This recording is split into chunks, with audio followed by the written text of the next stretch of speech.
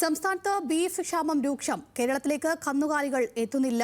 Beef ക്ഷാമത്തെ തുടർന്ന് വെള്ളിയാഴ്ച മുതൽ ഇടുക്കിയിൽ ഇറച്ചിക്കടകൾ അടയ്ക്കുമെന്ന് മീറ്റ് ഇൻഡസ്ട്രി വെൽഫെയർ അസോസിയേഷൻ. വിവരങ്ങളുമായി ആൽവിൻ തോമസ് ആണ് ചെയ്യുന്നത്. ആൽവിൻ, നമുക്കറിയാം ഈ മലയാളികളെ സംബന്ധിച്ച് ബീഫ് എന്ന് പറയുന്നത് ഭക്ഷണക്രമത്തിലെ ഏറ്റവും ഒരു വലിയ ഘടകം തന്നെയാണ്. ഇപ്പോൾ എന്തുകൊണ്ടാണ് ഇത്തരത്തിൽ ഈ ബീഫിന് ഒരു ക്ഷാമം ഉണ്ടായത്? അഞ്ജലി, വലിയ തോതിൽ സംസ്ഥാനത്ത് ബീഫിൻ്റെ ക്ഷാമം രൂക്ഷമായിരിക്കുന്നു എന്നുള്ളതാണ് നമുക്ക് ഏറ്റവും ഒടുവിൽ അവരുടെ സംഘടന തന്നെ പറയുന്നത്.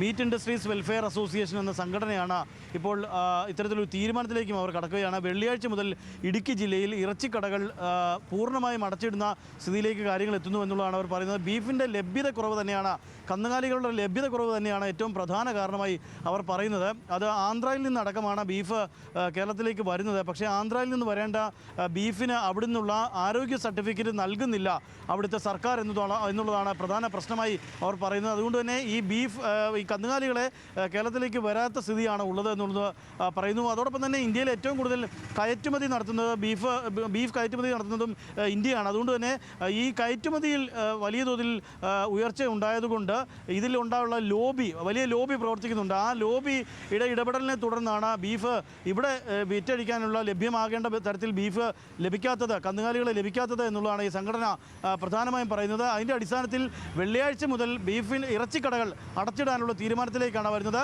അത് ഇടുക്കിയിൽ ആദ്യം നടപ്പാക്കുമെന്നാണ് അവർ പറയുന്നത്. ഏറ്റവും കൂടുതൽ കന്നുകാലികൾ ഉള്ള സ്ഥലം അല്ലെങ്കിൽ വരുന്നത് ഇടുക്കിയിലേക്കാണ് എന്നുള്ളതാണ് അവർ പറയുന്നത്. അവർ അതുകൊണ്ട് ലഭ്യതക്കുറവ് കൊണ്ടാണ് ഇത്തരത്തിൽ ബീഫിൻ്റെ ലഭ്യതക്കുറവ് കൊണ്ടാണ് ഇത്തരത്തിലൊരു നടപടിയിലേക്ക് പോകുന്നത് എന്നുള്ളതാണ് പറയുന്നത്. വെള്ളിയാഴ്ച മുതൽ ബീഫ് സ്റ്റോളുകൾ അല്ലെങ്കിൽ ഇറച്ചിക്കടകൾ അടച്ചിടുന്ന സ്ഥിതി ഉണ്ടാകുമെന്നാണ് പറയുന്നത്. പക്ഷേ അങ്ങനെയെങ്കിൽ മറ്റ് ഇറച്ചികൾക്ക് വില കൂടാനുള്ള സാധ്യതയും നമുക്ക് ഈ ഘട്ടത്തിൽ കാണേണ്ടതുണ്ട്. അഞ്ജലി, ശരി. ആൽവിൻ തോമസ് ആണ് വിവരങ്ങൾ നൽകിയത്.